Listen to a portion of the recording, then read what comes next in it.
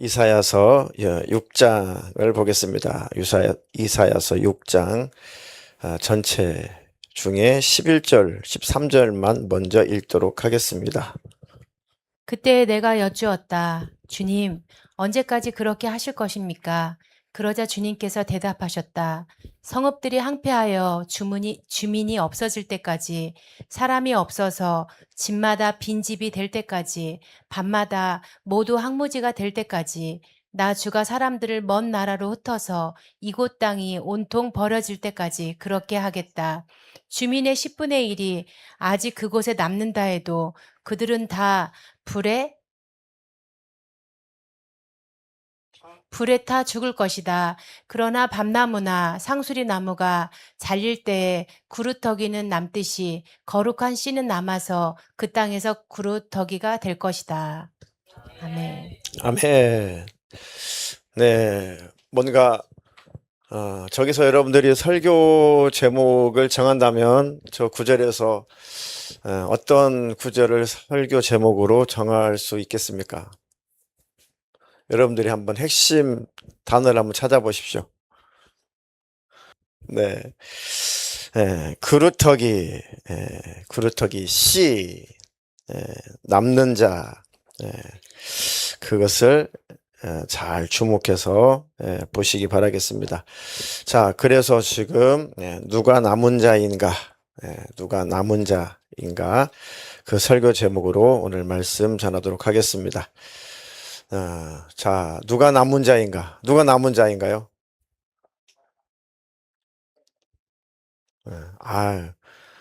저요, 그래야죠. 누가 남은 자인가요? 네. 좋습니다. 미니가 왔네, 멀리서. 네, 축복합니다. 자, 신앙생활의 원리는 성경에 다 들어있죠.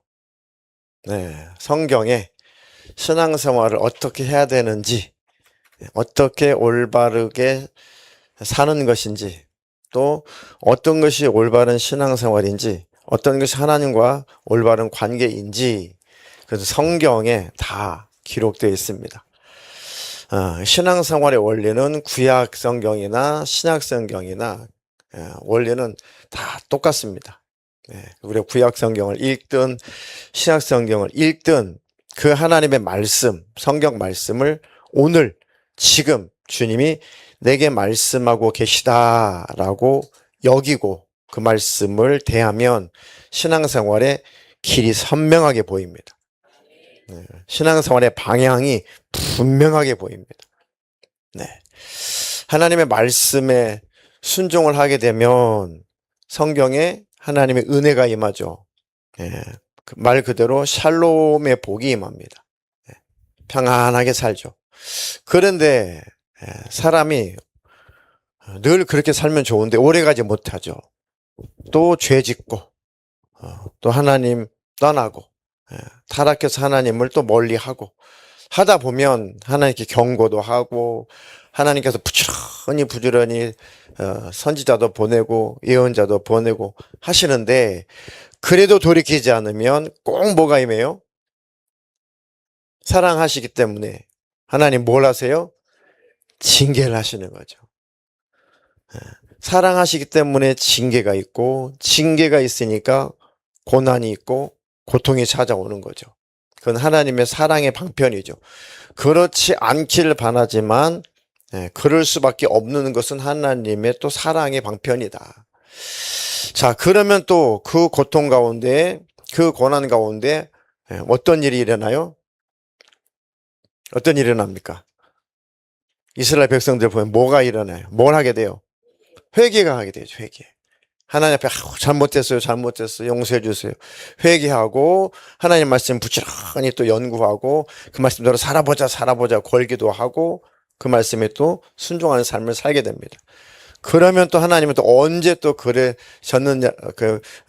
그랬냐는 듯이 또 어떻게 줘요? 그 백성들을 또 하나님께서 평안하게 해주시고 지켜주시고 복을 주시고 그러시면서 내가 너희들을 바라보니까 너무 기쁘다. 아주 너무 즐거웠어요. 못 견디겠다. 그런 말씀도 하시고 또 그 백성들을 하나님께서 또 지키시고 보호하시죠. 그러다가 또 배부르고 등 따뜻하면 또 하나님과 멀어지고 또 죄를 짓고 타락하고 이 반복이 계속 이런 코스로 계속 성경은 기록되어 있습니다. 근데 지금 비단 구약 때만 아니라 지금도 우리 신앙생활 이와 같아요. 이와 같습니다. 언제까지요? 그러면 안 되는데 주님 오실 때까지 우리가 이것이 계속 반복되고 있다는 거죠. 자, 이렇게 반복이 되고 있는데 사람이기 때문에 육신을 가졌기 때문에 이런 삶이 이런 신앙생활이 반복적이긴 한데 정도의 차이는 있지만 그런데 구약에도 보니까 그 속에서도 하나님의 은혜로 누가 있어요? 예, 남은 자가 있더라는 거죠. 다 황폐하고 멸망하고 해도 나라가 망하고 뺏겨도 그 가운데 저주가 임해도 그 가운데 남은 자가 있고 하나님의 은혜로 지킴을 받는 자들이 있더라는 거죠. 지금도 세상이 어떻다, 그리고 뭐 기독교가 어떻다, 뭐 교회가 어떻다 해도 그래도 하나님과의 관계 속에서 남은 자가 여전히 이 세상에도 있다는 거죠. 맞습니까? 여러분은 그 남은 자인가요? 네, 좋습니다. 지금 이사야는 그 시대의 남은 자의 지금 대표입니다. 물론 예언자고 선교사. 요즘에 말이 이렇게 꼬여서 잘 안 되는지 모르겠어요. 네, 생각이 복잡해서 그런가. 네, 선지자. 네, 선지자. 남은 자이면서도 또 선지자로서의 사명을 감당한 사람이죠. 그러니까 오늘 6장을 보니까 최후에 어떤 사람이 남은 자인가, 또 누가 남은 자인가, 그것을 쭉 6장에 보니까 잘 하나님께서 기록해 놓으셨습니다. 자, 한번 우리 아까 1절부터 한번 볼 건데요. 1절. 지금 이사야가 지금 활동했을 당시는 북쪽 이스라엘이 멸망하기 전에 하나님께서 부르셔서 선지자로 예언자로 막 활동을 했습니다. 그런데 이사야가 보는 앞에서 북쪽 이스라엘이 완전히 망하는 것을 똑똑히 목격합니다. 그리고 얼마 있다가 남유다도 점점 망하는 길로 가고 있는 것을 또 목격해요. 큰일 났다. 이러다 큰일 났다. 북쪽 이스라엘 다 망했고 이러다가는 우리 남한국도 다 망할 수밖에 없겠구나. 하나님의 징계가 임하겠구나 하면서 막 애가 탑니다. 애가 타. 그러면서 이사야가 막 제가 볼 때는 성경에 보니까 그 타락한 사람들의 모습을 보면서 너무너무 화가 많이 나는 겁니다. 너무 또 괴로운 거죠. 그리고 막 비판도 했을 것이고 막 꾸중도 했을 것이고 막 비난도 했을 것이고 막 그런 상황이죠. 굉장히 이사야가 스스로가 좀 의로운 사람이다라고 좀 착각을 했을 만큼 그래도 좀 깨어있는 사람이죠. 그렇다고 해서 하나님 앞에서는 완벽하게 의인이 될 수 있다 없다? 의인이 될 수 없다. 그래도 하나님께서 그 이사야를 발견하시고 그 이사야를 하나님께서 부르시는 거죠. 네. 자, 그 하나님께서 이사야를 부르시는 장면이 1절부터 4절 한번 쭉 읽겠습니다. 우시야 왕이 죽던 해에 나는 높이 들린 보좌에 앉아 계시는 주님을 배웠는데 그의 옷자락이 성전에 가득 차 있었다. 그분 위로는 스랍들이 서 있었는데 스랍들은 저마다 날개를 6 가지고 있었다. 들로는 얼굴을 가리고 들로는 발을 가리고 나머지 들로는 날고 있었다. 그리고 그들은 큰 소리로 노래를 부르며 화답하였다. 거룩하시다, 거룩하시다, 거룩하시다. 만군의 주님, 온 땅에 그의 영광이 가득하다. 우렁차게 부르는 이 노랫소리에 문지방의 터가 흔들리고 성전에는 연기가 가득 찼다. 아멘. 오늘날 하나님께서 임재를 하시고 이사야 영의 눈을 열어서 하나님의 보좌, 그 천상의 세계를 하나님께서 영의 눈을 열어서 이사야에게 쫙 펼쳐서 보여주시죠. 그러니까 가히 어떻게 표현할 수 없는 그런 광경들이 쭉 펼쳐지죠. 그래도 표현할 수 있는 것은 겨우 거룩하다, 거룩하다, 거룩하다. 천사들의 그 외치는 소리. 그리고 겨우 표현할 수 있는 것은 그 보좌에 하나님께서 얼마나 영광스럽게 그 보좌에 그 왕좌에 앉아 계시는지 그 영광이 얼마나 충만한지 다 표현할 수 없지만 몇 마디로 몇 개의 단어를 써서 어느 정도 이렇게 표현을 하죠. 그런데 그 영광스러운 하나님의 모습을 바라보고 신기하기도 했을 것이고 황홀하기도 했을 것이고 너무 좋기도 했을 것이고 여러 가지 마음이 들었겠죠. 그런데 정신을 차리고 보니까 이사야가 지금 누구를 본 거예요? 하나님을 본 거죠. 하나님을 보고 나서 두려움이 확 찾아옵니다. 야, 내 주제에 하나님을 봤다고? 죄인 된 주제에 거룩하신 하나님을 봤으니 나는 이제 망하게 됐다. 나는 이제 죽었다. 그러면서 하나님의 그 거룩하심 앞에 자기 자신이 적나라하게 보이는 거죠.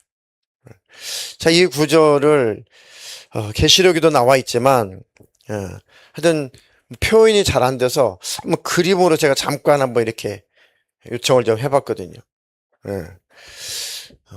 뭐 저러지는 않겠지만 그래도 어느 정도 조금 상상을 동원하고 AI를 좀 도움을 받아서 좀 그려보면 지금 이사야가 지금 무릎 꿇고 하나님이 보여주신 그 천상의 세계를 저만큼만 봐도 막 두려웠겠죠. 뭐 제가 다 표현할 수 없지만 여하튼 그러면서 이 하나님의 거룩함 앞에 비로소 자기 자신이 적나라하게 드러나는 거예요. 자, 언제 우리가 회개가 터져요?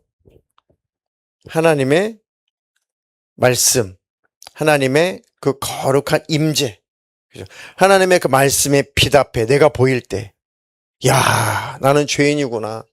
내가 이렇게 지저분한 사람이구나. 내가 이렇게 죄인이구나. 내가 이렇게 타락된 사람이구나. 내가 이런 인간이구나. 하나님의 성령께서 말씀을 조명해 주시면 그 말씀 앞에 내가 보이기 시작하면 진짜 쥐구멍이라도 들어가고 싶어서 막 쥐구멍을 찾고 싶죠. 또 직접적으로 성령으로 영으로 눈에 보이지 않지만 하나님께서 영적인 감각으로 쫙 임재하실 때에 그 하나님의 그 영광 앞에 딱 섰을 때 그 영광에 직면했을 때 내 모습도 적나라하게 드러납니다. 적나라하게 드러나요. 그래서 5절에 이렇게 소리를 지릅니다. 이사야가 큰일 났다. 5절 시작. 나는 부르짖었다. 재앙이 나에게 닥치겠구나. 이제 나는 죽게 되었구나. 나는 입술이 부정한 사람인데 입술이 부정한 백성 가운데 살고 있으면서 왕이신 만군의 주님을 만나 뵙다니. 네. 자, 하나님의 임재는 두 가지 의미가 있겠죠. 하나님 임재하셨다. 하나님이 나타나셨다. 하면 크게 두 가지 목적이 있을 겁니다. 두 가지 의미가 있을 거예요. 뭘까요? 하나는 하나님 임재하신 이유, 하나님 나타나신 이유. 크게 두 가지. 이거 아니면 저거겠죠. 하나님이 딱 나타나셨어요. 자, 아주 쉽게 설명해 드릴게요. 예수님께서 임재하셨다. 예수님이 재림하셨다. 그럼 두 가지겠죠. 목적이. 구원 아니면 심판인 거죠. 그렇죠. 예수님의 재림하시는 이유는 구원받을 자는 구원하시는 거고 심판할 자는 심판하시려 오시는 거죠. 이게 하나님 임재의 특징이거든요. 지금 이사야는 지금 하나님의 임재 앞에 하나님 나타나심 앞에 뭘 느낀 거예요 지금? 심판을 느낀 거죠. 망했다. 나는 재앙이 찾아오겠다. 나는 죽었다. 지금 재앙을 내리시는 심판하시는 하나님으로 먼저 이사야는 하나님을 본 거죠. 하나님 만난 거죠. 그럴 수밖에 없는 것이 죄악의 문제가 해결이 되지 않으면 두려움이 찾아옵니다. 제가 처음 예수님을 성령으로 처음 만났을 때 이와 비슷한 경험을 했거든요. 정말 그 하나님 좀 정말 만나고 싶었는데 뭐 귀에 들리나요? 눈에 보이나요? 뭐 만져지나요? 정말 그 하나님을 경험하고 싶고 정말 그 하나님을 만나고 싶었거든요. 뭐 한 달도 아니고 두 달도 아니고 수달 동안 사실은 복음을 듣고 나서 그 몇 년 동안 나도 그 하나님 만나고 싶은데 교회를 다니면서도 그 하나님을 만날 수 없으니 참 서글픈 적이 있습니다. 교회를 본격적으로 다니기 전까지는 만나고 싶은데 나도 믿고 싶은데 그 정도 수준이었지만 진짜 교회를 다니고 설교를 들으면서도 그 하나님의 임재를 경험하지 못했을 때 하나님이 정말 살아계심이 확실하게 내가 경험이 되지 않았을 때 참 제 모습이 처량하고 참 참혹한 모습이었습니다. 근데 어느 날 그 하나님이 성령으로 영적인 그 감각으로 하나님께서 내 앞에 탁 임재하신 겁니다. 저에게 임재하신 거, 나타나신 겁니다. 보이지도 않아요. 귀에 들리지 않아요. 근데 경험하셨겠지만 그 하나님은 영으로 성령으로 임재하실 때에 선명하게 느껴집니다. 그 하나님의 그 하나님의 영광이 비춰질 때 어쩔 줄을 모르죠. 그 거룩한 하나님이 느껴질 때, 하나님의 거룩함이 경험될 때 반대로 나의 추악하고 더럽고 아담 이후에 타락한, 본질적으로 타락해버린 하나님의 형상대로 하나님 만들었는데 그 형상에서 벗어나서 아주 팍 깨져버린 그 영광스러운 모습에서 완전히 깨져버린, 어떻게 쓸모가 없는, 그냥 다 쓰레기통에다 집어 넣어야 되는, 다 버려야 되는 그런 존재, 그런 쓰레기 같은 그런 존재, 하나님 앞에 무릎을 꿇어 앉아 있을 수도 없는 그런 존재, 그런 본질적인 인간의 그 죄된 모습이 하나님을 경험하게 되면 적나라하게 드러나 버립니다. 이거 뭘 거짓말했어요, 뭘 훔쳤어요, 열심히 공부 안 했어요, 게을렀어요, 그런 수준이 아닙니다. 그런 죄를 나해라는 것은 아주 사치스러운 거예요. 하나님의 임재를 만나면 내가 뭐 좀 잘못해서 죄인이고 뭘 이걸 못해서 죄인이고, 그렇게 나열하는 것은 하나님 앞에 아주 사치스러운 겁니다. 그런 죄를 나열할 만한 자신감도 없고 용기도 없습니다. 그냥 나는 죽었구나, 나는 죄인이구나, 나는 망하게 되었구나, 내가 그러니까 지옥 갈 자가 맞구나라고 인정하게 돼요. 인정이 되어버립니다. 나는 죄인이지, 맞아, 이것도 좀 못하고 저것도 못하고 온전하지 못하지 수준이 아니라 진짜 딱 깨져버린, 하나님의 그 영광에서 떠나버린 그냥 쓰레기통에다 갖다 버려야 되는 그런 존재로 완전하게 선명하게 확 드러납니다. 그래서 두려워요. 그것 때문에 두렵습니다. 하나님의 임재가 있으면 처음에는 막 두렵습니다. 그런데 왜 나타나셨겠어요? 살려주시려고 나타나신 거죠. 그냥 만나 주시겠어요. 믿음 갖게 하셔서 구원하시려고 나타나신 거겠죠. 죽이려면은 왜 나타나요? 그냥 한마디면 지옥인데. 그러면서 그 하나님의 거룩함 앞에 고백하고 자백할 수 있는 것은 나는 죄인입니다. 나는 그저 죄인입니다. 나를 좀 용서해 주십시오. 나를 좀 불쌍히 여겨 주십시오. 그 말 밖에는 다른 표현이 되질 않습니다. 이사야도 그런 것 같아요. 재앙이 닥치겠구나. 나는 이제 죽게 되었구나. 나는 죽겠구나. 나는 입술이 부정한 사람인데 또 입술이 부정한 백성 가운데 살고 있으면서 왕이신 만군의 주님을 만나 뵙다니. 만군의 주님, 최고의 권세, 최고의 권능의 하나님이죠. 만군, 수많은 수를 헤아릴 수 없는 수많은 천군 천사가 호위하고 있는 그 보좌의 만왕의 왕으로, 영원한 왕으로 앉아 계신 그 주님을 내가 뵙다니 어떡하냐. 나는 이제 끝장났구나. 나는 이제 하나님의 심판대 앞에서 망하게 되었구나. 그러면서 자기 자신의 온전하지 못한 모습을 대면하게 되죠. 그러면서 자백하게 되는 겁니다.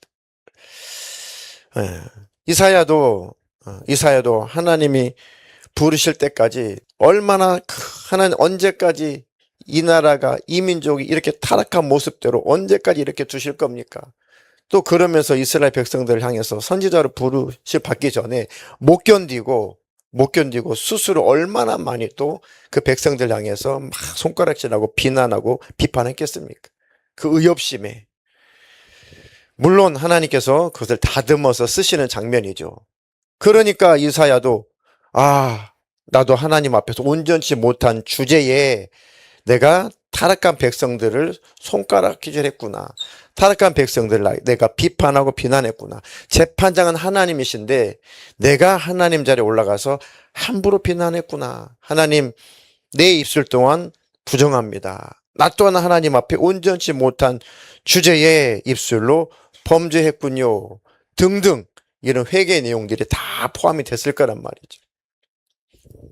다 표현할 수는 없지만 우리가 죄를 자백하고 하나님 앞에 죄를 고백하면, 그죠? 처음엔 두려움이 임하고 그렇지만 하나님 앞에 죄를 용서해달라고 하고 하나님께 용서를 구하고 하면 한참 눈물 뿌려 기도하고 회개하고 뉘우치다 보면 그 다음에 찾아오는 건 뭐예요? 마음속에 찾아오는 건 뭡니까? 평안이 찾아오죠. 평안이 찾아옵니다. 평안이 찾아왔다는 것은 하나님께서 나의 죄를 용서하셨다는 증거죠. 그리고 이제는 하나님이 두려움의 하나님이 아니라 좋으신 하나님, 사랑의 하나님, 나를 지키시고 보호하시는 하나님, 나의 기회를 주시는 하나님으로 그 하나님이 다시 경험되죠. 네. 자, 6절, 7절 이사야가 이렇게 죄의 사함을 받는, 죄가 씻겨지는 장면을 묘사했습니다. 보겠습니다. 그때 수랍들 가운데서 하나가 제단에서 타고 있는 숯을 부짓개로 집어 손에 들고 나에게 날아와서 그것을 나의 입에 대며 말하였다. 이것이 너희 입술에 닿았으니 너희 악은 사라지고 너희 죄는 사해졌다. 아멘. 네. 6절, 7절에 그때의 스랍들 가운데 하나가, 스랍은 천사들 중에 지위가 좀 있는 천사죠. 뭐 그룹, 스랍, 이것은 천사들 중에 좀 이름 있는 천사, 지위가 좀 있는 천사 중에 하나가 날라와 가지고 제단에서 타고 있는 숯불을 이 부짓개로 집어다가 이 이사야 입을 쫙 찢어버리죠. 그게 뭘 의미하는 걸까요? 그랬더니 너의 악은 사라지고 너의 죄는 사해졌다. 이거 뭘 의미하는 걸까요? 제단 숯불. 제단 숯불은 왜 필요하죠? 제단 숯불이 의미하는 건 뭘까요? 제단은 뭐에 사용하는 건가요? 뭐 할 때? 제사할 때. 자, 제사할 때 제단에 제물을 올렸어요. 그러면 태워야겠죠. 네. 태우는 게 바로 이제 불입니다. 불. 그 숯불. 제단 숯불. 그 불을 확 태워가지고 제물을 다 태웠어요. 완전히 태워버립니다. 재가 떨어지죠. 재마저도 다 모아가지고 저 한쪽 밖에다가 싹 다 깨끗하게 치워야 됩니다. 이게 뭐예요? 첫 번째는 죄인은 이렇게 아주 재 같은 존재, 티끌, 먼지 같은 존재, 아무것도 아닌 존재가 죄인이죠. 그리고 이 죄인은 하나님 앞에 치워야 돼요. 없어져야 되는 존재예요. 없어야 되는 존재. 그런데 대신 죄인이 죽지 않고, 죄인이 지금 불태워 죽지 않고 없어지지 않고 대신 뭐가 죽었어요? 짐승이 죽었잖아요. 짐승. 그래서 이렇게 내가 죽어야 되고 죄가 돼야 되고 죄마저도 있으면 안 될 만큼 완전히 없어져야 되는 이런 존재인 것을 시인하고 고백합니다. 철저하게 회개를 하는 거죠. 그러면 하나님 그 제사를, 회개를 기쁘시게 받으시면 그 사람의 죄는 사해지고 저주도 끊어지고 사라지는 겁니다. 이 제사가 후에, 수천 년 후에 어떻게 성취돼요? 무엇으로 완성이 돼요? 그거는 그림자죠. 그건 그림자입니다. 실상은 뭐예요? 그죠? 예수님의 십자가의 대속의 은혜를 메타포한 거예요. 예표한 겁니다. 이해되시죠? 네. 그러니까 이것은 그냥 뭐 숯불로 입술을 찢었네, 뭐 이런 의미가 있을까, 저런 의미가 있을까, 그런 의미보다도 중요한 것은 죄가 해결됐다라는 게 중요한 거죠. 네. 죄가 어떻게 해결됐어요? 자백하고 고백하고 시인하고 정말 중심으로 인정하니까 하나님께서 그 죄를 다 긁어 모아서 완전히 처리를 해버리셨다는 거죠. 다 태워서 없애버렸다는 거죠. 그 죄를 하나님이 해결하셨다는 겁니다. 수천 년 후에 예수님이 오셔서 저와 여러분의 죄를 다 십자가에서 해결하시고 완전히 죄를 도말하신 것을 예표하는 것입니다. 네. 자, 그래서 요한 1서 1장 9절 한번 대독하겠습니다.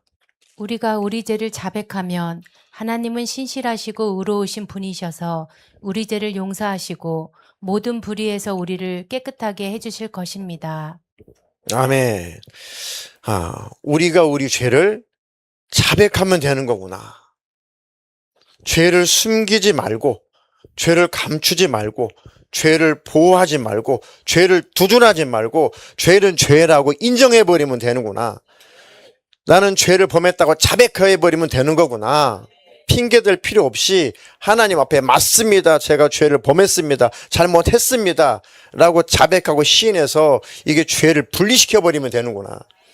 핑계대고 죄를 감추게 되면 죄를 두둔해주죠. 죄와 분리가 되어야 내가 살아요. 근데 내가 죄와 하나가 되면, 죄를 두둔하고 죄와 하나가 되면 내가 망하는 거니까. 왜 회개하라는 거예요? 죄와 분리되어서 너 살라. 너 망하지 마라. 그래서 하나님이 자백하게 하시고 고백하게 하시는 겁니다. 네. 죄를 끌어안고 있으면 저주가 오죠. 징계가 오죠. 문제가 오죠. 결국은 돌이키지 않고 회개치 않으면 지옥의 멸망에 빠지죠. 그러니까 빨리 그놈의 죄를 빨리 분리시켜버려. 빨리 너가 그 죄에서 떨어져. 그게 자백하는 거고 회개하는 겁니다. 그 하나님은 신실하시고 의로우셔서 우리 죄를 용서해 주신다잖아요. 모든 불의에서 우리를 깨끗하게 해주실 것입니다. 이것 또한 얼마나 큰 은혜입니까? 예수님의 십자가의 대속의 은혜 이후에 우리가 또 실수하고 넘어지고 또 죄 짓잖아요. 그 죄까지도 예수의 피로 깨끗하게 자백하면 씻어주신다니 이 또한 큰 은혜잖아요. 내가 십자가에서 피 흘려 죽어 네 죄의 지난날의 과거의 죄를 다 해결했으니 앞으로는 너 죄 짓지 말고 네가 알아서 살고, 만약에 죄를 범하면 그 죄는 네가 알아서 해결해. 지난날의 죄는 내가 해결했으니. 이러면 우리는 어떻게 될까요? 김현준 주사님, 우리는 어떻게 될까요? 그렇게 하면. 그죠? 우리는 아무도, 저를 포함해서 아무도 자유로울 수 없죠. 아무도 우리는 자유로울 수 없습니다. 그런데 언제든지 어느 때든지 하나님을 진실하게 고백하고 자백하면 하나님은 그 죄까지도 다 씻어주신다는 거예요. 그 또한 큰 은혜입니다. 네. 그게 하나님의 사랑이신 거죠. 네. 자, 그랬더니 죄의 삶을 바꾸고 났더니 여러분들이 뭔가 회개하고 마음이 후련하고 시원하고 눈물 뿌리고 하나님 앞에 이렇게 내 죄가 다 해결되고 하나님 나를 받으셨구나 하게 되면 마음에 평안이 임하죠. 그리고 기쁨, 즐거움, 감사, 그리고 하나님의 그 은혜가 부어지면 부어지는 만큼 하나님 앞에 우리는 뭔가 충성하고 싶은 마음이 일어나는 겁니다. 네. 자, 그래서 지금 죄사함을 받은 이사야가 너무 기뻐요. 너무 감사하고 너무 즐겁습니다. 그래도 하나님께서는 내가 용서해 줬으니까 너 이거 해 라고 하나님 강요하지 않고 하나님께서 인격적으로 이사야가 들을 수 있도록 하나님께서 뭔가 말씀을 하시죠. 8절 한번 읽겠습니다. 그때 나는 주님께서 말씀하시는 음성을 들었다. 내가 누구를 보낼까? 누가 우리를 대신하여 갈 것인가? 내가 아뢰었다. 제가 여기 있습니다. 저를 보내어 주십시오. 아멘. 하나님이 바라고 원하고 소망하고 희망하시는 것은 바로 우리를 향한 이런 반응입니다. 이런 반응. 왕이시기 때문에 지시하셔도 돼요. 그런데 절대 하나님은 우리 마음까지 도둑질하시거나 마음까지 갈취하시는 분은 아니시라는 거. 이게 하나님은 하나님의 큰 고집을 제가 가만히 보니까 절대 하나님은 우리의 마음을 도둑질하지 않으시는 걸 제가 알아요. 그건 하나님의 영원한 신령한 자존심입니다. 그죠? 하나님과 우리가 영원히 함께 살아야 돼요. 하나님의 백성으로, 하나님의 자녀로 또 하나님의 신부로 영원히 하나님과 함께 살아야 되는데 마음이 없는 자와 하나님은 살고 싶지 않아요. 절대 마음은 빼앗지 않습니다. 하지만 그 마음을 주실 때까지 기다리시는 거죠. 이게 하나님의 인격이시더라고요. 그냥 하나님은 다 구원해버리시죠. 그냥 하나님이 다 그냥 구원해버리죠. 그냥 마음을 확 바꿔가지고 다 하나님께 돌아오게 하시죠. 좀 정말 그러기를 바라는데 우리는 하나님은 그런 악을 범하지 않고 하나님은 절대 그렇게 무인격적인 분이 아닙니다. 나는 그렇게 무인격적인 하나님이 아니야. 나는 그런 더러운 하나님이 아니야. 나는 그런 무자비한 하나님이 아니야. 나의 거룩한 속성까지 내가 포기하라고? 나는 그렇게 할 수 없어. 나는 사람이 아니야. 나는 너희들과 같지 않아. 사람은 그렇게 할 수 있어도 나는 절대 그렇게 할 수 없는 나는 거룩한 인격적인 하나님이야. 하나도 천국 안 와도 하나님은 절대 마음은 빼앗지 않는다. 마음은 도둑질하지 않는다. 그게 결혼해서 사는 사람들은 조금은 무슨 느낌인지 알겠죠. 마음 없는 사람들과 마음 없는 남자와 여자, 마음 없는 부부가 같이 산다는 것은 그 불행이죠. 그 견딜 수 있습니까? 그죠? 못 견디잖아요. 하물며 하나님이 마음이 없는 하나님만 마음이 없는 사람과 천국에서 살아야 못 살아요. 못 살아요, 못 살아요. 하나도 천국 안 와도 좋아. 그러나 마음 있는 사람과 하나님은 살고 싶은 겁니다. 그게 하나님의 지독한 고집이 좋은 고집, 신령한 고집입니다. 제가 그걸 경험하고 깨닫고 난 다음에는 하나님 앞에 결과론적으로 하나님 앞에 대들지 않았어요. 진짜 하나님은 좋은 하나님 맞습니까? 사랑의 하나님 맞습니까? 결과적으로는 대부분 다 지옥 간다는데 이건 도대체 이후에 어떻든 이건 뭡니까 도대체? 얼마나 제 많이 따졌는지 몰라요. 그런데 하나님의 마음이 딱 제게 도착하는 순간에 깨달았어요. 하나님은 마음을 빼앗지 않으시는구나. 선택권까지, 선택하는 권리까지 하나님은 몰수하지 않는구나. 이건 영원한 하나님의 신령한 자존심이구나. 하나님 혼자 계시다고 외로운 분이 아니시구나. 천국에 두세 명 왔다고 해서 하나님께서 실패하거나 하나님께서 외로워하시는 분이 아니구나. 그렇게 깨달았습니다. 하나님은 스스로 완전하신 분이요. 완벽한 분이십니다. 그 하나님의 나라에 그 천국에 그 좋은 곳에 하나라도 더 와서 누리기를 원하시는 것 뿐인 거죠. 근데 그걸 원해야 오는 거죠. 그 나라를 원해야 들어오는 것이고 하나님을 원하는 사람이어야 하나님 앞에 오는 거예요. 아멘이십니까? 네. 이사야가 대답을 하죠. 주님께서 말씀하시기를 내가 누구를 보낼까? 누가 우리를 대신하여 갈 것인가? 이사야가 주님 제가 여기 있습니다. 저를 보내주십시오. 지금 하나님께서 왜 이 말씀을 하시는지 이사야는 1000% 만프로 하나님의 말씀을 통해서 하나님의 음성을 들으면서 그 마음까지 다 읽혀진 거죠. 하나님만 하나님 마음이 읽어지거든요. 하나님의 생각이 읽어지거든요. 왜 이런 말씀 하시는지 영의 세계 속에서는 하나님의 생각도 마음도 다 경험되고 느껴집니다. 무 때문에 이런 말씀을 하시는지. 하나님 만나면 그 하나님의 중심을 하나님의 그 마음을 알게 되죠. 하나님 제가 여기 있습니다. 저를 마땅히 멸망해야 되고 나도 마땅히 징계받아야 되고 저 백성들과 함께 나도 징계받고 멸망해야 되는 저임에도 불구하고 하나님 앞에 내가 고백하고 내가 자백하고 하나님께 용서를 구했다는 이유만으로 저의 죄를 다 용서해 주시고 사해 주시고 나를 건져 주시고 나를 만나 주시고 나를 구원해 주셨으니 저는 구원받은 자고 저는 은혜 받은 자입니다. 그러니 하나님이 원하시는 그것, 하나님이 선포하기를 원하시는 그것, 하나님의 그 일 저한테 시켜주십시오. 제가 목숨을 걸고 제가 하나님의 일에 뛰어들겠습니다. 하나님의 마음을 읽은 거죠. 여러분의 신앙생활의 이유도 이와 같아야 된다. 저와 여러분들의 신앙생활도 이와 같아야 된다는 겁니다. 그래서 하나님께서 강요하지 않는다니까요. 하나님 말씀하시고 하나님께서 은혜를 베풀어 주시고 성령으로 깨우쳐 주시고 뭘 보세요? 우리의 반응을 보시는 것.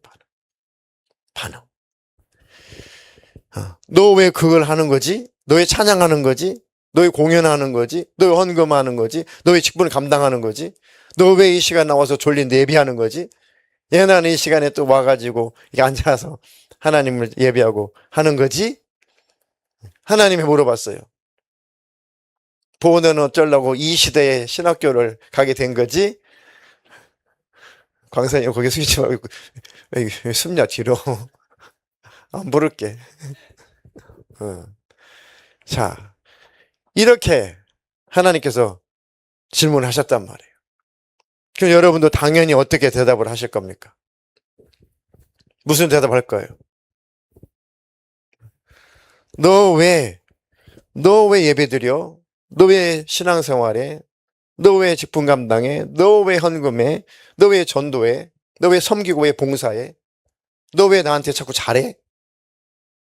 하나님 뭔가 듣고 싶은 대답이 있겠죠. 뭐라고 여러분들은 하나님께 대답을 하실 건가요? 하나님과 관계를 유지하기 위해서. 예. 그것도 답이죠. 그걸 통해서 하나님과 관계 유지가 되니까. 네네네. 또요. 또 어떻게 여러분들은 대답할 수 있습니까? 하나님의 쓰임 받고 싶어서 이렇게 합니다. 자, 최고하는 답이 안 나와서 그래요. 그렇게 한 동기가 뭐냐? 그렇게 한 동기가 뭐냐? 어떻게 더 그런 마음이 들게 되었니? 라고 하는 얘기죠. 네. 그래요. 기타 등등. 다 그런 거예요. 그냥 한마디로 요약을 해봅시다. 한마디로. 뭐 구원해 주셔서, 뭐 사랑해 주셔서, 다 정답, 다 기타 등등. 주님이 아십니다. 주님이 아십니다. 좀 이렇게 좀 애교 있게 한번 표현해 보세요. 하나님 앞에. 좀 애교 있게. 네. 그래, 한번 여러분들의 언어로 한번 하나님 앞에 한번 고백을 해 보십시오. 숙제. 네, 숙제. 그냥 하나님 다른 이유가 있는 게 아니고요. 하나님이 너무 좋아서요. 네, 저는 그렇게 할 것 같아요. 저는 그렇게 할 것 같아요. 그냥 다른 거 말고 다른 조건 없고요. 그냥 하나님이 그냥 너무 좋아요. 네, 저는 그렇게 한번 표현을 해봤습니다. 여러분도 여러분의 언어로 하나님 살아 계신가요? 함께 계신가요? 그러면 하나님은 살아계시다라고 믿으면 진짜 그것이 믿어지면 그게 실제면 현실이면 진짜 하나님 들으시니까 한번 표현도 뭘 갖춰가지고 무슨 어법을 다 동원해가지고 아주 예의를 다 갖춰가지고 물론 버릇없이 하라는 건 아니고 최대한 하나님 앞에 살갑게 한번 해보는 것도 필요하다. 왜 이런 말씀 하냐면 하나님 앞에 기도하다 보니까 하나님이 진짜 함께 계시는 거 맞더라고요. 그렇죠? 진짜는 나와 함께 계시는 거 맞아요. 내 기도를 들으시는 건 맞아요. 그래서 제가 최근에 하나님 앞에 이렇게 막 무릎을 꿇고 이렇게 빌었어요. 마음으로 비는 게 아니라 무릎을 꿇고 진짜 손으로 빌었어요. 이렇게. 진짜 손으로 빌었습니다. 하나님이 저를 보고 계시니까 싹싹 빌었습니다. 싹싹 빌었습니다. 네. 근데 제가 기도 내용 말하지 않을 겁니다. 어떤 기도 제목이 있어요? 하나님, 제가 이렇게 빌고 빕니다. 제가 무릎 꿇고 빌고 있습니다. 지금 무릎 꿇고 빌고 빕니다. 꼭 이것만큼은 응답해 주셔야 돼요. 꼭 이것만큼 해결해 주셔야 돼요. 꼭 하나님 이것만큼은 정말 응답해 주시면 좋겠습니다. 하나님 제가 이렇게 빌게요. 이렇게 빌게요. 하면서 한두 번도 아니고 이렇게 빌면서 기도한 적이 있습니다. 최근에. 그런데 하나님께서 놀랍게 그대로 일하시고 역사하시는 것을 경험하게 됐습니다. 물론 그렇게 빌어서 역사했다는 것보다는 그렇게도 기도를 해봤다는 거죠. 너무 간절하고 너무 애절하니까 싹싹싹 진짜 빌게 되더라고요. 있는 그대로 숨김없이 하나님 좋아하셔요. 그러니까 여러분도 한번 하나님 앞에 한번 살갑게 한번 다가가 보십시오. 아멘이십니까? 네. 그런데 하나님께서 예기치 못하게 이사야가 조금 예견을 했겠지만 이사야가 생각하는 그 이상으로 하나님이 사명을 주시죠. 사명을. 자, 9절, 10절 읽겠습니다. 그러자 주님께서 말씀하셨다. 너는 가서 이 백성에게 너희가 듣기는 늘 들어라. 그러나 깨닫지는 못한다. 너희가 보기는 늘 보아라. 그러나 알지는 못한다 하고 일러라. 너는 이 백성의 마음을 둔하게 하여라. 그 귀가 막히고 그 눈이 감기게 하여라. 그리하여 그들이 볼 수 없고 들을 수 없고 또 마음으로 깨달을 수 없게 하여라. 그들이 보고 듣고 깨달았다가는 내게로 돌이켜서 고침을 받게 될까 걱정이다. 사명도, 참, 이런 사명이 다 있구나. 너는 가서 백성들에게 선포를 해. 당신들은 들어도 모를 거예요. 당신들은 아무리 봐도 모를 거고 들어도 깨닫지 못할 겁니다. 그리고 심지어는 10절에 이 백성의 마음을 둔하게 하라. 귀가 막혀버리게 하고 눈이 감기게 해라. 그리하여 그들이 볼 수 없고 들을 수 없고 또 마음으로 깨달을 수 없게 해라. 그들이 보고 듣고 깨달았다가는 내게로 돌이켜서 고침을 받을까 걱정이다. 이게 네 사명이다. 네가 외치는 그 외침이 내가 심판하는 근거가 되게 해라, 그런 뜻입니다. 얼마나 무서운 사명인가요? 이거 맞아 죽을 수 있어요. 돌에 맞아 죽을 수 있고 껍질이 벗겨져서 죽을 수가 있습니다. 하나님은 이 사명을 이사야에게 주시는 거죠. 근데 이렇게만 볼 때는 하나님 막 지독하고 하나님 너무하신 것 같고 하나님께서 다시는 용서하지 않으실 것 같고 이렇게 착각이 들지만 이것은 하나의 어떤 역설법, 반어법 종류 중에 하나입니다. 그렇게 외쳐도 그렇게 애번을 해도 달래고 얼래고 그렇게 또 징계를 해도 하나님께로 내게로 돌아오지 않으니 너희들이 구원받을까 봐 그렇게 겁신하는 거니? 나는 하나님의 속마음인 거죠. 와서 구원받을까 봐 그러니, 너희들이 행복할까 봐 그러니, 너희들이 잘 될까 봐 그러니 도대체 그게 걱정이냐? 그게 두렵냐? 그 말씀을, 마음의 말씀을 하시는 겁니다. 하지만 진짜 또 현실적으로 그것이 심판의 근거가 되기도 하죠. 심판의 근거가 되기도 한다는 겁니다.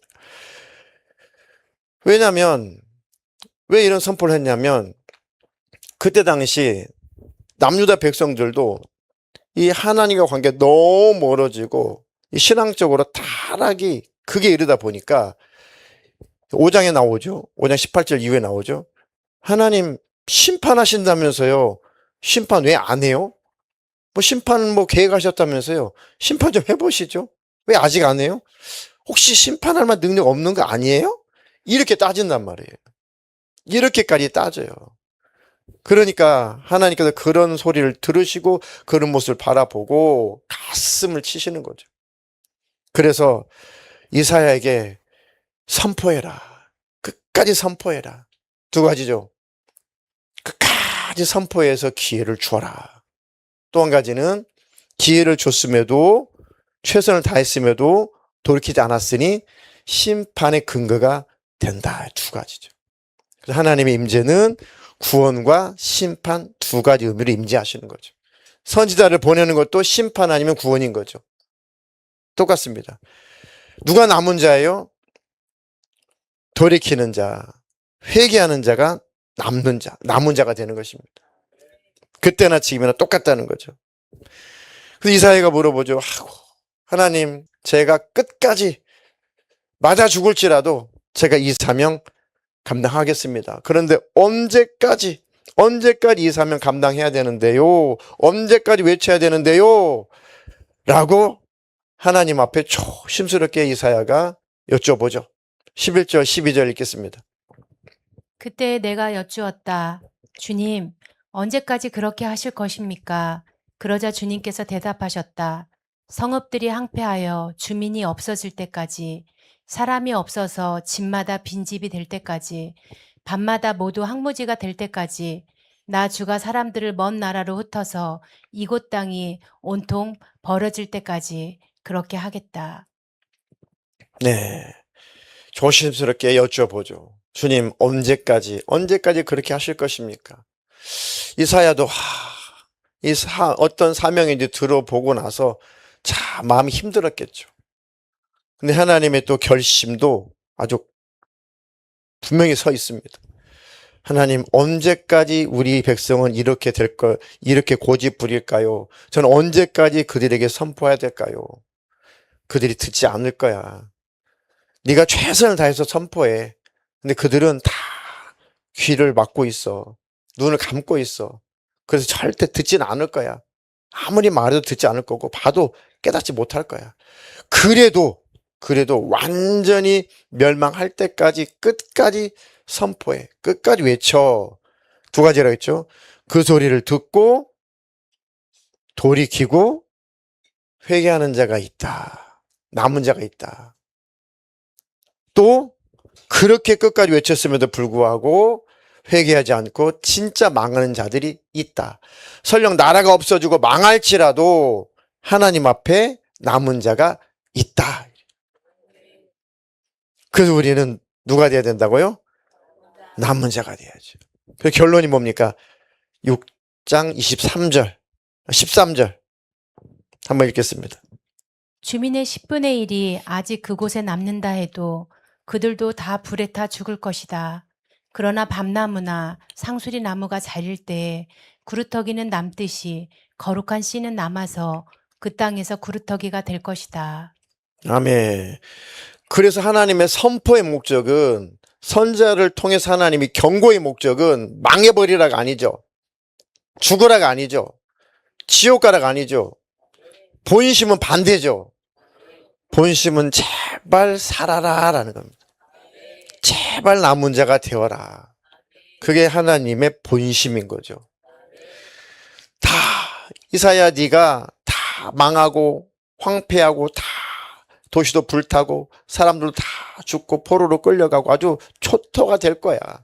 조금 남아있는 사람이 있을 텐데 그나마 그들도 다 망하게 될 거야. 다 불에 다 죽을 거야. 하지만 밤나무, 상수리나무를 딱 잘랐지만 그 구루터기는 남아있는 것처럼 그 구루터기가 뿌리가 살아있다면 그 이듬해에 거기에서 싹이 나오죠. 싹이. 지난번에 아보카도 보여줬죠. 싹이 나왔어요? 안 나왔어요? 그때 나왔었어요? 근데 뿌리만 있었죠? 오, 지금은 15cm 자랐습니다. 이파리가 이렇게 폈습니다. 네. 아니, 도대체 이 그루터기에서 이 동그란 씨에서 뿌리는 나왔는데, 과연 여기서 잎이 나올까? 기다렸더니, 와, 굉장히 잘 자랍니다. 보통 이파리가 몇 장 올라왔습니다. 네, 거기에서 싹이 나더라니까, 싹이 나요. 살아있으니까 싹이 난다는 거예요. 그게 누구 이어야 된다? 나 이어야 된다. 우리 이어야 된다. 아, 그렇구나. 그런 심각한 상황 속에서도 하나님 말씀이 들리고 하나님 역사가 보이고 하나님 붙잡는 부류가 있구나. 이 마지막 때에 내가 바로 그 부류 안에 속해야 되는 거구나. 그 그루터기가 그 씨가 바로 나 이어야 되는 거구나. 그런 소망이 있네. 나는 지금 예수 믿고 하나님 붙잡고 있으니까. 나는 지금 하나님께 기도하고 있으니까. 나는 지금 하나님께 등 돌리지 않고 하나님을 바라보고 있으니까. 내가 최소한도 하나님 앞에 완벽하지 않지만 내가 방향은 분명하게 알고 있으니까. 그래도 나는 남은 자네. 그래도 나는 이 땅에서 씨네. 아멘이신가요? 네. 우리 저 태국의 이재수 선교사님이 선교 훈련원에 이제 훈련차 오셨다가 다 훈련이 끝나고 이제 비로소 어제 전화를 하셨더라고요. 그런데 선교사 지망생이 씨가 말랐대. 그러니까 우리 세대를 기점으로 해서 이제 선교 지망생들이 확 줄였을 뿐만 아니라 지금은 없대요. 그래서 선교의 본부에서 어느 나라를 가든 체류 비용을 대줄게. 그냥 거기 가서 보고 듣고 그렇게 경험한 다음에 나 선교사 진짜 되겠습니다 하면 돌아와서 정식 훈련 받고 파송을 받아. 이렇게까지 이렇게 이렇게까지 기회를 준다는 거예요. 그래도 없대요. 그래도 희생하지 하려고 하지 않는데, 그래도 나가려고 하지 않는데. 이번에 훈련에 들어갔더니 교수님들이 선교회에서 신신부탁하더래요. 그나마 몇 명이라도 선교지에 가서 그걸 인턴 선교사라고 하거든요. 인턴 선교사 가서 그냥 탐방하고 본부에서 체류비는 주니까 보고 나도 선교하겠습니다. 이렇게 키우는 거죠. 그런 사람들을 보내면 절대로 싸가지 없다고 거절하지 말고, 그냥 어리니까 아직은 경험이 없으니까 꼭 좀 받아주세요. 꼭 받아주세요. 옛날 같지 않아요. 옛날 같지 않아서 꼭 받아주셔서 잘 그들이 이 사명감이 불타서 정말 저 선교사 될게요 라고 할 때까지 좀 돌봐주세요. 거기까지만 다 돌봐주시면 나머지는 본부로 불러들여서 다시 훈련시켜서 정식으로 파송할 테니 좀 그렇게 좀 해주십시오 라고 신신부탁을 하더라는 거죠. 네, 그에 비하면 우리 교회는 소망이 있습니다. 아멘이십니까? 네, 작은 교회 그래도 주님이 일을 하겠다고 하는 청년들이 있잖아요. 네, 여하튼 그래도 이 땅에 그루터기가 있다. 아멘이십니까? 여러분들이 신령한 씨 그루터기가 되었으니 절대로 그루터기가 이제 뿌리가 썩어버리면 안 됩니다. 꼭 싹을 틔워서 하나님이 기뻐하시는 열매까지 맺기를 주님의 이름으로 축복합니다. 축복합니다. 네.